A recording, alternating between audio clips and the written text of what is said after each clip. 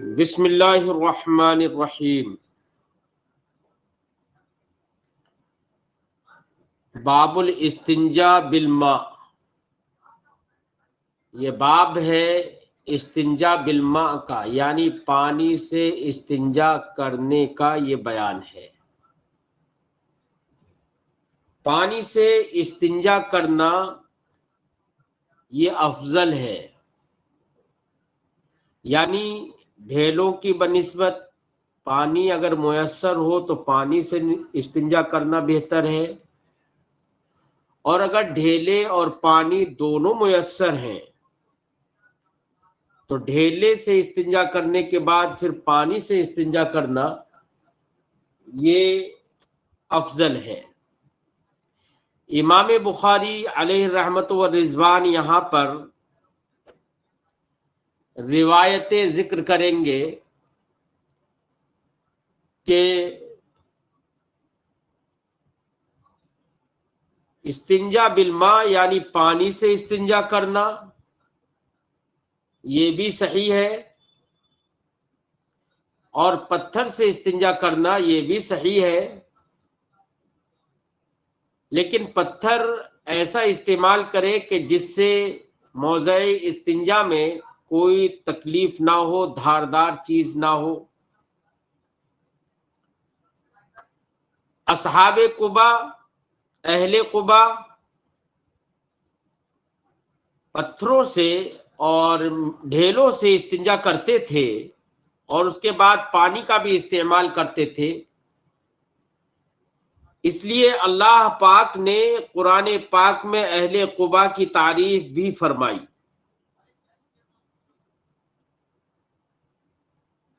اس لیے استنجا بالماء یہ بہتر ہے، لیکن اگر استنجا کرنے کے لیے پانی میسر نہیں ہے تو ایسی صورت میں صرف ڈھیلا پر اکتفا کر لینا کافی ہے۔ ڈھیلے سے اس طور سے استنجا کرے کہ نجاست زائل ہو جائے، نجاست ختم ہو جائے، تو پھر اس ڈھیلے سے استنجا کرنا بھی پاکی کے لیے کافی ہے، نماز پڑھ سکتا ہے۔ ہاں، اگر نجاست ڈھیلے سے آدمی نے پھیلا لی اور مخرج موضع نجاست سے ہٹ کر دوسری جگہوں پر بھی نجاست لگا لی تو ایسی صورت میں اس نجاست کو زائل کرنا یہ ضروری ہے۔ نجاست کو زائل کیے بغیر نماز نہیں پڑھ سکتا۔ امام بخاری نے یہاں پر طہارت سے یعنی وضو کے بیان سے پہلے استنجا کا بیان ذکر کیا۔ وجہ اس کی یہ ہے کہ عام طور سے عادتاً وضو سے پہلے استنجا کیا جاتا ہے، لوگوں کو حاجت ہوتی ہے تاکہ اپنی قضاء حاجت کر کے نماز میں سکون سے شامل ہوں۔ اس لیے امام بخاری نے وضو کے بیان سے قبل استنجا کا بیان رکھ دیا۔ امام بخاری نے فرمایا باب الاستنجاء بالماء، یہ باب ہے استنجا بالماء کا۔ حدثنا ابو الولید، حدثنا ابو الولید ہشام بن عبد الملک قال حدثنا شعبة عن ابی معاذ واسمه عطاء بن ابی میمونہ قال سمعت انس بن مالک۔ امام بخاری رحمت اللہ تعالی علیہ فرماتے ہیں ہم سے حدیث بیان کی ابو الولید ہشام ابن عبد الملک نے، قال انہوں نے کہا ہم سے حدیث بیان کی شعبہ نے، وہ روایت کرتے ہیں ابو معاذ سے، اور ان کا نام عطا ابن ابو میمونہ ہے۔ قال انہوں نے کہا سمعت انس بن مالک، میں نے انس ابن مالک رضی اللہ تعالی عنہ کو سنا، یقول وہ فرماتے ہیں کان النبی صلی اللہ علیہ وسلم اذا خرج لحاجتی، نبی کریم صلی اللہ علیہ وسلم جب اپنی ضرورت کے لیے نکلتے یعنی قضائے حاجت کے لیے نکلتے، اجیء انا و غلام، تو میں اور ایک انصار کا ایک لڑکا دونوں آ جاتے، یعنی نبی کریم صلی اللہ علیہ وسلم قضائے حاجت کے لیے جب نکلتے تو حضرت انس بن مالک فرماتے ہیں کہ میں اور انصار کا ایک اور فرزند ہم لوگ آ جاتے، معنا اداوۃ من ماء، اداوا کا معنی ہوتا ہے برتن، فرماتے ہیں کہ ہمارے ساتھ پانی کا ایک برتن ہوتا تھا، یعنی یستنجی بہی، مراد یہ ہے کہ سرکار اس پانی سے استنجا کرتے تھے، اس برتن سے استنجا کرتے تھے۔ کہنے کا مقصد یہ ہے کہ امام بخاری نے جو حدیث ذکر کی ہے، حضرت انس بن مالک فرماتے ہیں کہ رسول کریم صلی اللہ علیہ وسلم جب اس قضائے حاجت کے لیے جاتے تو ہم نبی کریم کے لیے پانی سے بھرا ہوا برتن لے کر حاضر ہو جاتے تھے اور سرکار اس سے استنجا فرماتے تھے۔ تو استنجا بالماء یہی باب باندھا تھا امام بخاری نے، حدیث پاک سے یہی بات ثابت ہوئی، تو عنوان باب سے حدیث پاک کی مطابقت بالکل عیاں ہے۔ باب من حمل معه الماء لطہوری، یہ باب ہے اس شخص کے بیان میں جس کے ساتھ صفائی ستھرائی اور پاکی کے لیے پانی کو لے جایا جائے۔ یعنی امام بخاری یہ باب اس لیے باندھ رہے ہیں یہ بتانے کے لیے کہ اگر کوئی امام ہے، پیر ہے، استاذ ہے، شیخ ہے، تو وہ اگر قضاء حاجت کے لیے جائے تو قضاء حاجت کے لیے کوئی مرید، کوئی شاگرد اگر پانی کا برتن یا پانی لے کر جائے تاکہ وہ قضاء حاجت کے بعد اس سے استنجا کرے، اس سے صفائی ستھرائی کرے، تو یہ لے کر جانا یہ جائز ہے۔ امام بخاری اسی پر حدیث پاک ذکر کرتے ہیں۔ حدیث پاک کا خلاصہ وہی ہے، الفاظ کچھ بدل سکتے ہیں، وہی جو ماقبل میں گزرا کہ حضرت انس بن مالک کہتے ہیں کہ ہم ایک پانی کا برتن اور ایک اور انصار کا فرزند پانی کا برتن لے کر نبی کریم کی بارگاہ میں حاضر ہو جاتے تھے اور سرکار اس سے استنجا کرتے تھے۔ اس سے پتہ چلا کہ لائق احترام بزرگ شیخ کے استنجا کے لیے پانی رکھنا یا پانی کا اہتمام کرنا یہ جائز ہے اور اچھا ہے، یہ ادب کے اور اطاعت کے عین مطابق ہے۔ فرماتے ہیں اسی کے تعلق سے امام بخاری باب باندھتے ہیں، باب من حمل معه الماء لطہوری، یہ باب ہے اس شخص کے بیان میں جس کے ساتھ پانی کو تطہیر و پاکیزگی اور صفائی ستھرائی کے لیے لے کر جایا جائے۔ وقال ابو درداء الیس فیکم صاحب النعلین، اور حضرت ابو درداء نے فرمایا، حضرت ابو درداء کے اس قول کو امام بخاری ذکر کرتے ہیں۔ حضرت ابو درداء ابن زید ابن قیس ہیں، یہ انصار سے ایک صحابی رسول ہیں، انہوں نے اہل عراق سے کہا تھا، جب یہ عراق میں تھے تو اہل عراق نے ان سے کوئی مسئلہ پوچھا، تو مسئلہ پوچھنے کے وقت میں یہ فرماتے تھے لما لا تسألون عن عبداللہ ابن مسعود وہو بینکم، فرماتے تھے اہل عراق سے کہ تم عبداللہ ابن مسعود سے مسائل کیوں نہیں پوچھتے جبکہ وہ تمہارے درمیان ہے؟ فرماتے تھے کہ جب تک عبداللہ ابن مسعود تمہارے درمیان ہے تو تمہیں ان کی موجودگی میں مجھ جیسے سے مسائل پوچھنے کی ضرورت نہیں۔ تو عبداللہ ابن مسعود رضی اللہ تعالی عنہ کی طرف اشارہ کرتے ہوئے فرمایا، حضرت ابو درداء نے ان لوگوں سے خطاب کرتے ہوئے فرمایا قال ابو دردہ الیس فیکم صاحب النعلین، حضرت ابو دردہ نے اہل عراق سے کہا کیا تمہارے درمیان صاحب النعلین، صاحب الطہور، صاحب الوساد نہیں ہے کیا؟ کیا انہیں صاحب النعلین؟ حضرت عبداللہ ابن مسعود رضی اللہ تعالی عنہ کو صاحب النعلین سے پہچانا جاتا تھا، آپ کو صاحب الطہور سے پہچانا جاتا تھا، صاحب الوساد سے پہچانا جاتا تھا۔ وجہ اس کی یہ تھی کہ رسول کریم صلی اللہ علیہ وسلم کی خدمت میں رہا کرتے تھے۔ سرکار دو عالم صلی اللہ علیہ وسلم جب اپنے نعلین مبارک اتارتے تھے تو حضرت عبداللہ ابن مسعود رضی اللہ تعالیٰ عنہ سرکار کے نعلین مبارک کی حفاظت کے لیے اور لوگوں کے پیر نہ پڑے اس ادب کے خاطر سرکار کے نعلین مبارک کو اٹھا کر اپنے بغل میں دبا لیا کرتے تھے، اور جب سرکار نعلین مبارک پہنا کرتے تھے تو سرکار دو عالم صلی اللہ علیہ وسلم کے دونوں پیروں میں حضرت عبداللہ ابن مسعود نعلین مبارک پہنایا کرتے تھے، اپنے ہاتھوں سے پہنایا کرتے تھے، اس لیے آپ صاحب النعلین سے مشہور ہو گئے۔ ایسے ہی حضرت عبداللہ ابن مسعود رضی اللہ تعالی عنہ نبی کریم صلی اللہ علیہ وسلم کے لیے استنجا کے لیے، وضو کے لیے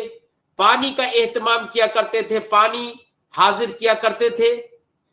اس لیے آپ کو صاحب الطہور بھی کہا جاتا تھا۔ ایسے ہی سرکار دو عالم صلی اللہ علیہ وسلم جب آرام فرماتے تھے تو آرام فرمانے کے لیے حضرت عبداللہ ابن مسعود رضی اللہ تعالیٰ عنہ سرکار کے لیے تکیہ کا انتظام کرتے تھے، یا یہ کہ سرکار جب کہیں تشریف لے جاتے تو تکیہ آپ اپنے ساتھ میں لے جاتے تاکہ سرکار کہیں آرام فرمائے تو وہ تکیہ لگا سکے۔ اس لیے حضرت عبداللہ ابن مسعود رضی اللہ تعالیٰ عنہ صاحب النعلین، صاحب الطہور اور صاحب الوساد کے لقب سے مشہور ہو گئے تھے۔ مقصد حضرت ابو دردہ رضی اللہ تعالیٰ عنہ کا الیس فیکم صاحب النعلین والطہور والوساد سے، یعنی اسے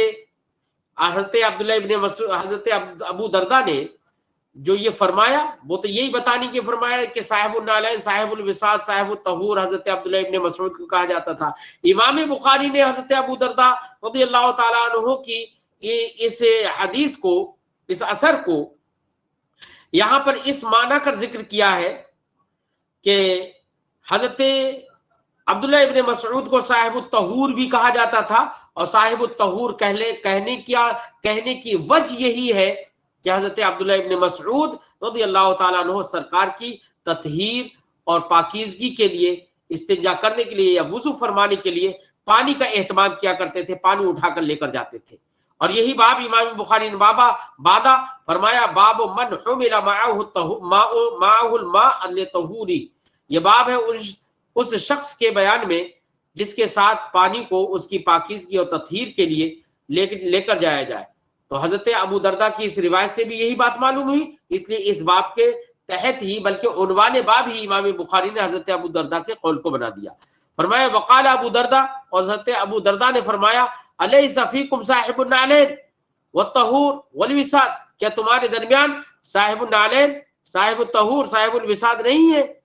یعنی جب تک وہ ہے اس وقت تک ان سے مسائل پوچھو، مجھ سے میری ضرورت نہیں ہے۔ حدثنا سلیمان بن حرب، امام بخاری فرماتے ہیں ہم سے حدیث بیان کی سلیمان بن حرب نے، قال انہوں نے کہا حدثنا شعبۃ عن عطاء بن ابی میمونہ، ہم سے حدیث بیان کی شعبہ نے، وہ روایت کرتے ہیں عطاء ابن ابی میمونہ سے، قال انہوں نے کہا سمعت انس یقول، میں نے حضرت انس بن مالک رضی اللہ تعالیٰ عنہ کو کہتے ہوئے سنا، کان النبی صلی اللہ علیہ وسلم اذا خرج لحاجتی، نبی کریم صلی اللہ علیہ وسلم جب اپنی حاجت کے لیے نکلتے، یعنی قضاء حاجت کے لیے نکلتے، تبعتہ انا وغلام، تو حضرت انس بن مالک فرماتے ہیں کہ میں اور ایک انصار کا غلام، یعنی انصار کا بیٹا، انصار کا ایک لڑکا سرکار کے پیچھے ہو لیتے، سرکار کے پیچھے پیچھے جاتے۔ معنا اداوۃ من ماء، ہمارے ساتھ پانی کا ایک برتن ہوتا تھا. تو اس سے وہ بات تو سمجھ میں آ گئی نا کہ پانی کا برتن یا اٹھا کر لے کر جانا تطہیر کے لیے یہ جائز ہے. یہی عنوان باب تھا. باب حمل العنزۃ مع الماء فی الاستنجاء. یہ باب ہے استنجا میں پانی کے ساتھ عنزہ اٹھا کر لے جانا. عنزہ کیا ہے؟ عنزہ عین نون کے فتح کے ساتھ عنزہ. العنزہ ایک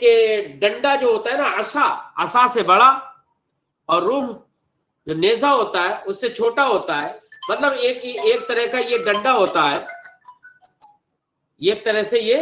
ڈنڈا ہوتا ہے، اور اس ڈنڈے کے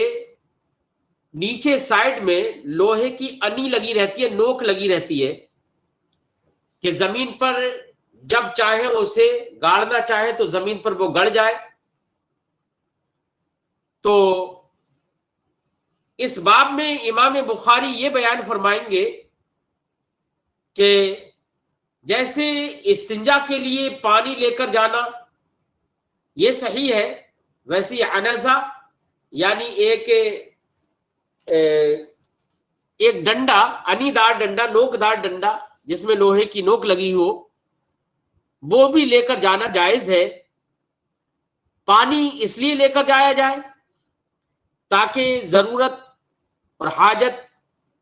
پوری کی جا سکے، قضاء حاجت کے وقت تطہیر کی جا سکے. اور ڈنڈا، انی دار ڈنڈا یا عنزہ لے کر اس لیے جانا چاہیے تاکہ اس کے ذریعے سے جو مضر چیزیں ہیں،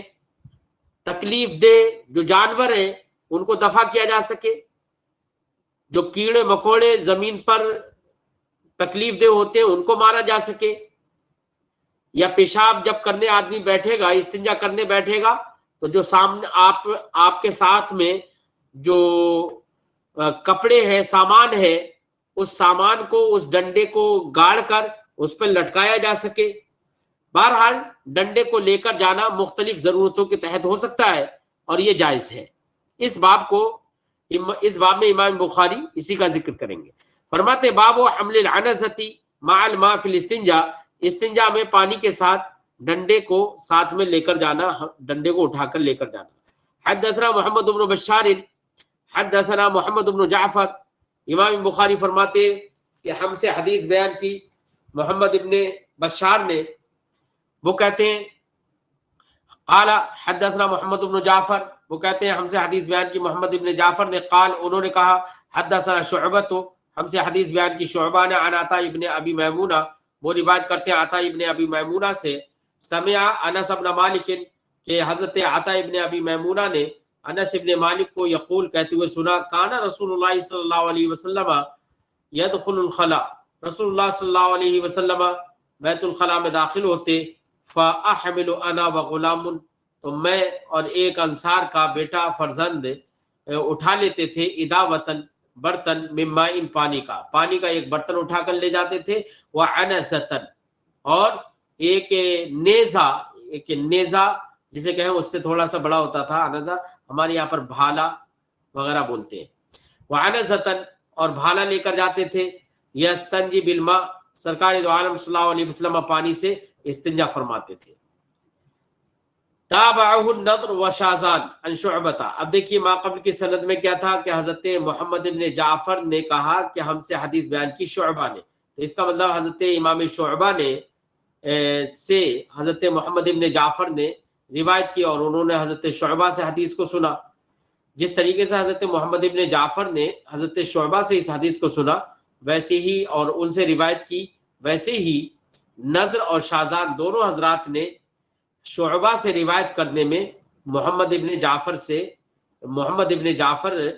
کی متابعت کی ہے. محمد ابن جعفر کی متابعت کرنے کا مطلب کہ جس طریقے سے محمد ابن جعفر نے شعبہ سے روایت کی ویسے ہی نضر اور شازان نے بھی شعبہ سے اس حدیث کی روایت کی. اب راوی یہاں پر توضیح فرماتے ہیں العنزۃ عصن، عنزہ جو ہے ایک ڈنڈا ہے، علیہ زجن، کہ جس پر انی ہوتی ہے. انی کا مطلب لوہے کی نوک، زجن کا معنی وہی نوک جس پر لوہے کی نوک ہوتی ہے. باب النہی عن الاستنجاء بالیمین، یہ باب ہے استنجا بالیمین سے منع فرمانے کا. اس کا استنجا بالیمین سے منع فرمانے کا یہ باب ہے. یعنی داہنے ہاتھ سے استنجا کرنا ممنوع ہے، کیونکہ داہنے ہاتھ کو ہمارے بزرگوں نے فرمایا ہمیشہ تحلیہ کے لیے استعمال کرنا چاہیے، اچھے کاموں کے لیے استعمال کرنا چاہیے. مثلا اگر آپ کھانا کھا رہے ہیں تو داہنے ہاتھ سے کھائیں، کنگا کر رہے ہیں تو داہنے ہاتھ سے کریں، اور جوتے پہن رہے ہیں تو دائیں پیر میں پہلے پہنے، اور جب نکالیں تو پہلے بائیں پیر کا نکالیں. اس طریقے سے جہاں پر تحلیہ مقصود ہو، آراستگی مقصود ہو، وہاں پر دائیں ہاتھ سے کرنا چاہیے، اور جہاں پر تخلیہ مقصود ہو یعنی جدا ہونا، کسی شے سے الگ ہونا مقصود ہو، تو ایسی صورت میں بائیں ہاتھ کا استعمال کرنا چاہیے. ایک روایت میں ہے نبی کریم صلی اللہ علیہ وسلم نے فرمایا کہ ان اللہ یحب التیامن حتی التنعل والترجل، اللہ تعالی تیامن کو پسند فرماتا ہے، یعنی داہنے ہاتھ سے کام کے کرنے کو پسند فرماتا ہے، حتی التنعل والترجل، یہاں تک کہ جوتا پہننے میں بھی اور کنگا کرنے میں بھی. تو ظاہر بات ہے کہ تحلیہ جہاں پر مقصود ہو، اچھے کام کرنا مقصود ہو، وہاں پر داہنے ہاتھ سے کام کرنا چاہیے، اور جہاں پر تخلیہ مقصود ہو یعنی کسی شے کو دور کرنا مقصود ہو، ہٹانا مقصود ہو، تو وہاں پر بائیں ہاتھ سے کرنا چاہیے. اس لیے نبی کریم صلی اللہ علیہ وسلم نے استنجا بالیمین یعنی سیدھے ہاتھ سے استنجا کرنے کو منع فرمایا، کیونکہ یہاں پر تحلیہ نہیں ہے، تخلیہ ہے. باب النہی عن الاستنجاء بالیمین، یہ باب ہے استنجا بالیمین یعنی داہنے ہاتھ سے استنجا کرنے سے ممانعت کے بیان میں. حدثنا معاذ بن فضالہ، امام بخاری فرماتے ہیں ہم سے حدیث بیان کی معاذ بن فضالہ نے، قال انہوں نے کہا حدثنا ہشام، ہم سے حدیث بیان کی ہشام نے. ہشام کون ہے؟ یہ فرماتے ہو دستوائی، وہ ہشام دستوائی ہے. وہ روایت کرتے عن یحیی بن ابی کثیر، وہ روایت کرتے ہیں یحیی ابن ابی کثیر سے، عن عبداللہ ابن ابی قتادہ، وہ روایت کرتے ہیں عبداللہ ابن ابی قتادہ سے، عن ابی، وہ روایت کرتے ہیں حضرت اپنے والد سے ابو قتادہ سے، قال انہوں نے کہا قال رسول اللہ صلی اللہ علیہ وسلم اذا شرب احدکم فلا يتنفس في الاناء، رسول کریم صلی اللہ علیہ وسلم نے ارشاد فرمایا جب تم میں سے کوئی پانی پیے، فلا يتنفس في الاناء، تو پانی میں، برتن میں سانس نہ لے، کیونکہ برتن میں سانس لے گا، اور آدمی کے برتن میں سانس لینے سے کبھی ایسا بھی ہوتا ہے کہ آدمی بیمار ہوتا ہے، آدمی کے منہ سے جو کاربن ڈائی آکسائڈ نکلتی ہے تو اس میں اس کے جسم کے اندر کے جو کڑ ہوتے ہیں وہ بھی آتے ہیں سانس کے اندر. اب اگر برتن ہی میں سانس لے لے گا تو ایسا بھی ممکن ہے، حالانکہ یہ ایک ضعیف الاعتقاد کے لیے ہے کہ یہ بھی ضعیف الاعتقاد لوگ یہ بھی سمجھ سکتے ہیں کہ اس کے سانس اس نے لی ہے تو اس کی وجہ سے اس کے اندر کے جو جراثیم ہے وہ پانی میں آ گئے، اس لیے دوسرا آدمی پینا پسند نہیں کرے گا اس برتن سے. ایسے ہی ایسا بھی ہو سکتا ہے کہ دوسرا آدمی پسند نہ کرے، اور ایسا بھی ہو سکتا ہے اگر کسی کو بیماری ہو گئی تب تو بہت زیادہ مطلب لوگ پرہیز کریں گے. لیکن اگر کوئی قوی الاعتقاد ہے جو یہ سمجھتا ہے کہ مسلم کے جھوٹے میں شفا ہے، تو ایسے قوی الاعتقاد انسان کو کچھ نہیں ہوتا ہے، اور اگر کچھ ہو بھی جاتا ہے تو وہ اس پر محمول نہیں کرتا ہے، بلکہ وہ تو یہ دیکھتا ہے کہ ایک مسلمان کا جھوٹا شفا ہے، اس لیے اس کو برا نہیں سمجھتا ہے. لیکن چونکہ عام طور سے لوگ ایسے نہیں ہوتے ہیں، عام طور سے لوگ برا سمجھیں گے، اس لیے نبی کریم صلی اللہ علیہ وسلم نے برتن میں منہ لگا کر پانی پینے سے یا برتن میں سانس لینے سے منع فرمایا. فرمایا اذا شرب احدکم فلا يتنفس في الاناء، جب تم میں سے کوئی پانی پیے تو برتن میں سانس نہ لے. واذا اتى الخلاء، اور جب خلا آئے یعنی بیت الخلاء آئے، فلا يمس ذکرہ بیمینہ، تو اپنے شرمگاہ کو اور آلے بول کو اپنے داہنے ہاتھ سے نہ چھوئے، ولا یتمسح بیمینہ، اور نہ ہی اپنے داہنے ہاتھ سے اس کو پوچھے، یعنی دائنے ہاتھ سے استنجا بھی نہ کرے۔ باب لا یمسک ذکرہ بیمینہ اذا بال، یہ باب ہے اس بیان میں کہ مرد اپنے آلے بول کو داہنے ہاتھ سے نہ پکڑے، اذا بالا جب پیشاب کرے، یعنی پیشاب کرنے کے وقت میں آلے بول کو داہنے ہاتھ سے نہ پکڑے، اگر ضرورت ہو تو بائیں ہاتھ سے ہی پکڑے۔ حدثنا محمد بن یوسف، ہم سے حدیث بیان کی محمد بن یوسف نے، قال انہوں نے کہا، حدثنا الاوزاعی، ہم سے حدیث بیان کی اوزاعی نے، عن یحیی بن ابی کثیر، وہ روایت کرتے ہیں یحیی ابن ابی کثیر سے، عن عبداللہ ابن ابی قتادہ، وہ روایت کرتے ہیں عبداللہ ابن ابی قتادہ سے، عن ابی، وہ روایت کرتے ہیں اپنے والد سے، عن نبی صلی اللہ علیہ وسلم قال، وہ روایت کرتے ہیں نبی کریم صلی اللہ علیہ وسلم سے کہ سرکار نے فرمایا، اذا بالا احدکم، جب تم میں سے کوئی پیشاب کرے، بالا یبولو، بولا پیشاب کرنا، اذا بالا احدکم، جب تم میں سے کوئی پیشاب کرے، فلا یاخذن ذکرہ بیمینہ، تو اپنے آلے بول کو اپنے داہنے ہاتھ سے نہ پکڑے، ولا یستنجی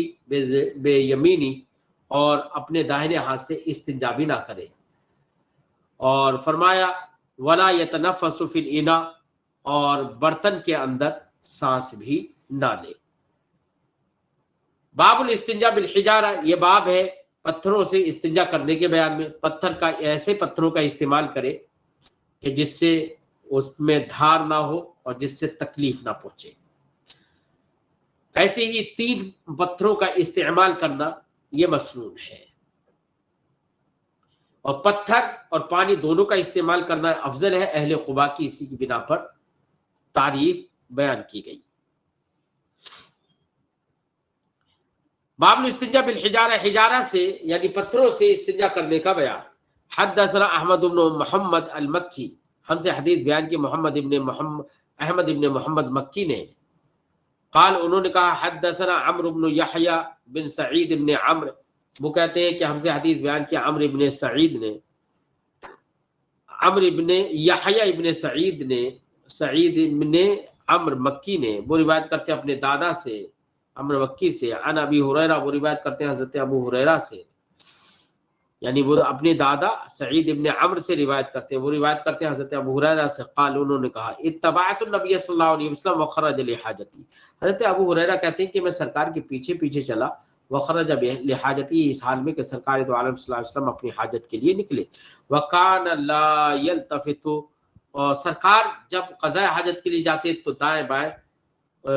مڑتے نہیں تھے، دیکھتے نہیں تھے، فدنوت منہ، تو سرکار کے میں قریب ہو گیا، فقال، تو سرکار نے ارشاد فرمایا، ابغنی احجارا، میرے لیے کچھ پتھر تلاش کرو،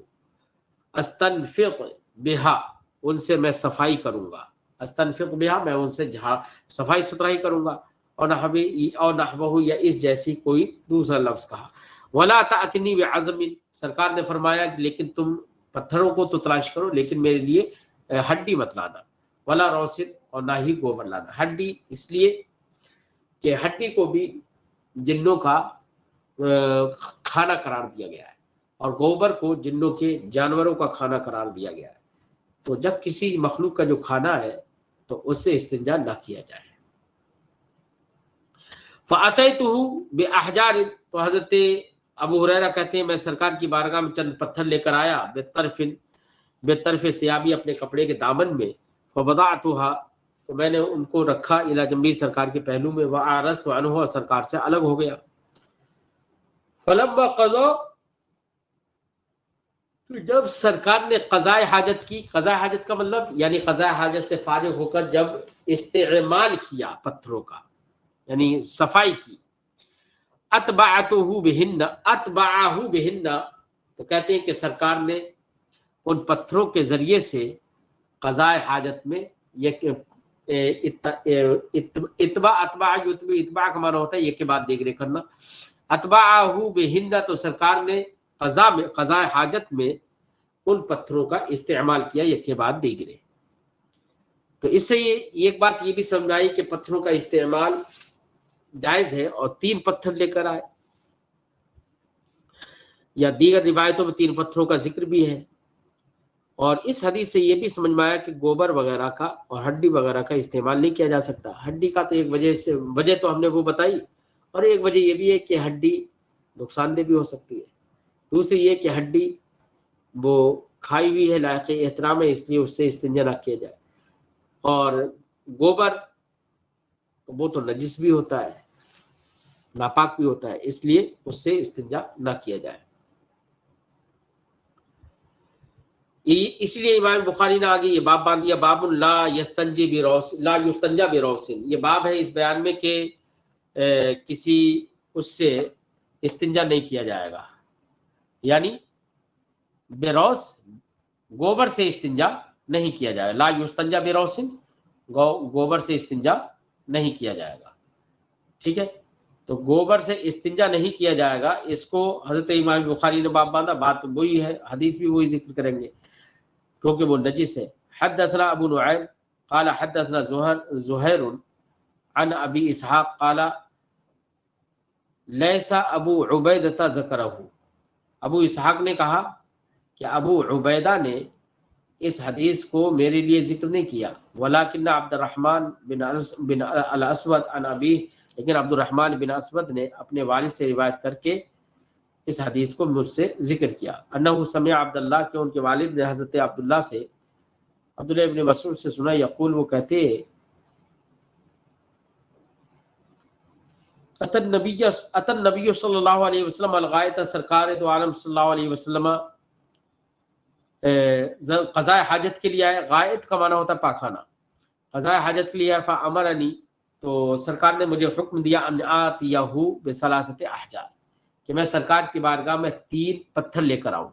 فوجدت حجرین، تو میں نے 2 پتھر پائے، والتمست الثالثۃ، اور تیسرا پتھر تلاش کیا، فلم اجد، اور تو میں نے وہ نہیں پایا۔ فاخذت روثۃ، تو فرماتے ہیں کہ میں نے کنڈی لے لی، کنڈی کا مطلب گوبر کی جو کنڈی ہوتی ہے، کنڈا یا کنڈی، فاخذت روثۃ، تو میں نے کنڈی لے لی، فاتیتہ بها، تو وہ اس کنڈی کو سرکار کی بارگاہ میں لے کر آیا، اخذ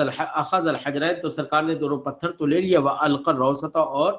کنڈے کو پھینک دیا، وقال هذا رجس، اور سرکار نے فرمایا یہ ناپاک ہے۔ وقال ابراہیم ابن یوسف، حضرت ابراہیم ابن یوسف نے اپنے والد سے روایت کی، وہ روایت کرتے ہیں اپنے ابو اسحاق سے، وہ روایت کرتے ہیں عبد الرحمن سے۔ اس سے امام بخاری نے آگے سند ذکر کر کے اشارہ کر دیا کہ ابو اسحاق سے عبد الرحمن نے یہ حدیث بیان کی ہے، اور ابو عبیدہ نے یہ حدیث ابو اسحاق سے بیان نہیں کی ہے، ٹھیک ہے۔